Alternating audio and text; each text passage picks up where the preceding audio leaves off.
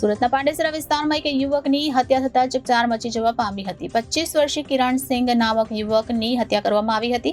હત્યાનો ગુનો નોંધી આગળની તપાસ હાથ ધરવામાં આવી છે. તો સુરતના પાંડેસરા સિદ્ધાર્થનગરની પાછળ કચરા પ્લાન્ટ પાસે આ યુવકની હત્યા થવામાં આવી હતી. તો 25 વર્ષીય કિરણસિંહ નામક યુવકની હત્યા કરવામાં આવી હતી. મૃતક કિરણસિંહને માથાના ભાગે બોથડ પદાર્થ વડે હુમલો કરી હત્યા નિપજાવવામાં આવી હતી તેવું સૂત્રો દ્વારા માહિતી મળી હતી. સુરતની પાંડેસરા પોલીસનો કાફલો અને ઉચ્ચ અધિકારીઓનો કાફલો ઘટના સ્થળ પર આવી હત્યાનો ગુનો નોંધી આગળની તપાસ હાથ ધરી છે.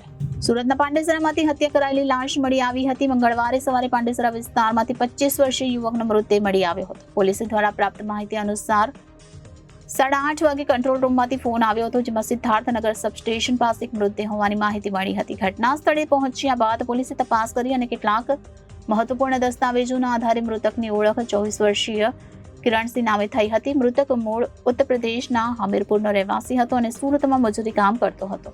મૃતદેહને પોસ્ટમોર્ટમ માટે હોસ્પિટલમાં લઈ જવામાં આવ્યો હતો. તેને તીક્ષ્ણ હથિયાર વડે મારવામાં આવ્યો હોવાનું જાણવા મળી રહ્યું છે. આ બનાવ બાદ પોલીસે હત્યાનો ગુનો નોંધી વધુ તપાસ હાથ ધરી છે.